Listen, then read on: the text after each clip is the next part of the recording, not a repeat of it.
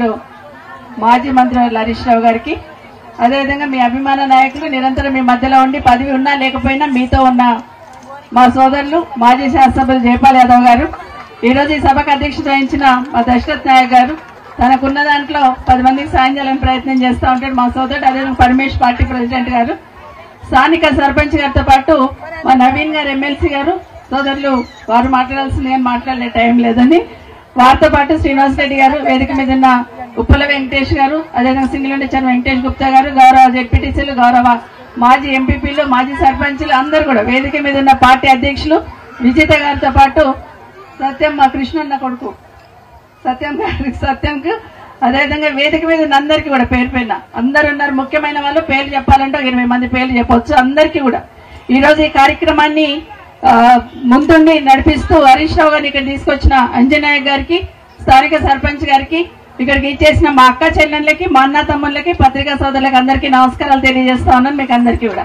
చాలా సంతోషం. ఈరోజు సేవలాల్ మహారాజ్ విగ్రహం కానీ, అదేవిధంగా బాబు మన అంబేద్కర్ గారి విగ్రహం కానీ, అదేవిధంగా గాంధీజీ విగ్రహం కానీ పెట్టుకొని మమ్మల్ని అందరిని పిలిచినందుకు మీకు అందరికి ప్రత్యేకంగా ధన్యవాదాలు. ఎక్కువ టైం తీసుకొని ఒక 2-3 మాటలే మాట్లాడుతాను. ఇక్కడ చాలా మంది మా అక్క చెల్లెళ్ళు ఉన్నారు. మొన్న ఎలక్షన్లో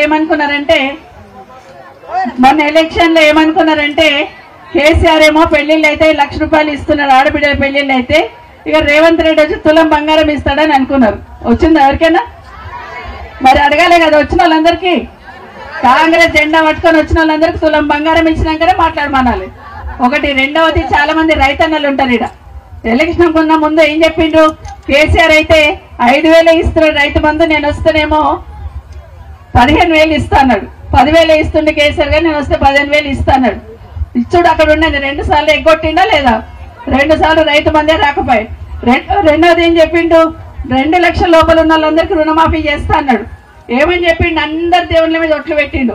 నేను అనుకుంటే మన కర్తాలు రానట్టున్నాడు, లేకపోతే ఆ మైసమ్మ మీద కూడా ఒట్టు పెడుతుండేనేమో. ఆ మైసమ్మ తప్పించుకున్నట్టుంది, అమ్మ బాబాయ్ నా దగ్గరికి రాలేడు, లేకపోతే నా మీద కూడా ఒట్టు పెడుతుండాను. అందరు దేవుళ్ళ మీద ఒట్టు పెట్టిండు, 2 లక్షలు మాఫీ చేస్తున్నాడు. కానీ ఏ ఊర్లన్నా అయింది అందరికంటే చాలా మంది ఇంకా రుణం మాఫీ కాని వాళ్ళందరూ ఎదురు చూస్తా ఉన్నారు. ఇప్పుడు కొత్తగా ఏం చేస్తున్నాడు? పిల్లలకు అందరికి ఉద్యోగాలు ఇస్తా అని చెప్పి యూనివర్సిటీలో భూములు గుంజుకోవడము, దాని మీదకి జేసీబీలు పంపించడం చేస్తా ఉన్నాడు. ఏదైనా కూడా రేవంత్ రెడ్డి గారు ఈ ప్రభుత్వం వచ్చిన తర్వాత మోసం దగా అనేది జరుగుతూ ఉంది. ముఖ్యంగా ఇంతమంది ఆడబిడ్డలు ఉన్నారు. మన నాగర్ కర్నూలు ఒక సంఘటన జరిగింది, చాలా బాధ అనిపించింది. మనం అందరం దేవుని దగ్గర పోతాం, పోయి ఏం చేస్తాము? రాత్రి నిద్రపోతే పుణ్యం వస్తుంది, నా కష్టాలు తీరుతాయని దేవుని దగ్గర రాత్రి నిద్రపోతాం. కానీ మొన్న నాగర్ కర్నూలు ఒక గుడి దగ్గర పోయి దేవునికి మొక్కుకొని, పిల్లలు కూడా ఉన్నారు, అందరు ఉండగా కూడా రాత్రి పండుకున్నదట. ఏదో పక్క పోయింది బాత్రూమ్ కోవాలని, అక్కడ అందరు కలిసి ఒక 5-6 మంది కలిసి ఆమెను పాడు చేసేసింది.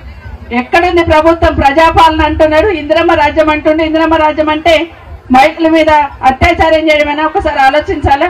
ఆటోలో పోతున్న అమ్మాయిని వదులుతలేరు, పక్క వేరే దేశంకి వెళ్ళి హైదరాబాద్కి వచ్చిన వాళ్ళను వదులుతలేరు. ఎందుకంటే ఈరోజు ఇక్కడ ఉన్న ప్రభుత్వానికి అంతమంది ఆడబిడ్డల మీద అఘాయిత్యాలు జరుగుతుంటే చీమ కుట్టినట్టు కూడా లేదు. కాబట్టి ఖచ్చితంగా మనమందరం కూడా కేసీఆర్ ఉన్నప్పుడు ఎంత నిర్భయంగా ఉన్నామో, కేసీఆర్ ఉన్నప్పుడు ఎంత భరోసాతో ఉన్నామో, ఈ ప్రభుత్వం వచ్చిన తర్వాత ఎన్ని రకాల అఘాయిత్యాలు జరుగుతున్నాయి, ఎన్ని రకాల ఇబ్బందులు జరుగుతున్నాయి మనం అందరం చూస్తా ఉన్నాం. ఖచ్చితంగా మీ సర్పంచ్ చెప్పినట్టు మళ్ళీ ఎన్నికల్లో ఏ ఎన్నికలు వచ్చినా కూడా, వార్డు మెంబర్ కావచ్చు, ఎంపీటీసీ కావచ్చు, జెడ్పీటీసీ కావచ్చు, ఏ ఎన్నికలు వచ్చినా కూడా కేసీఆర్ జెండా, గులాబీ జెండా ఎగిరేటట్టు చూసుకోవాలని మీకు అందరు కూడా చెప్తూ, జై తెలంగాణ, జై కేసీఆర్. ఇప్పుడు మన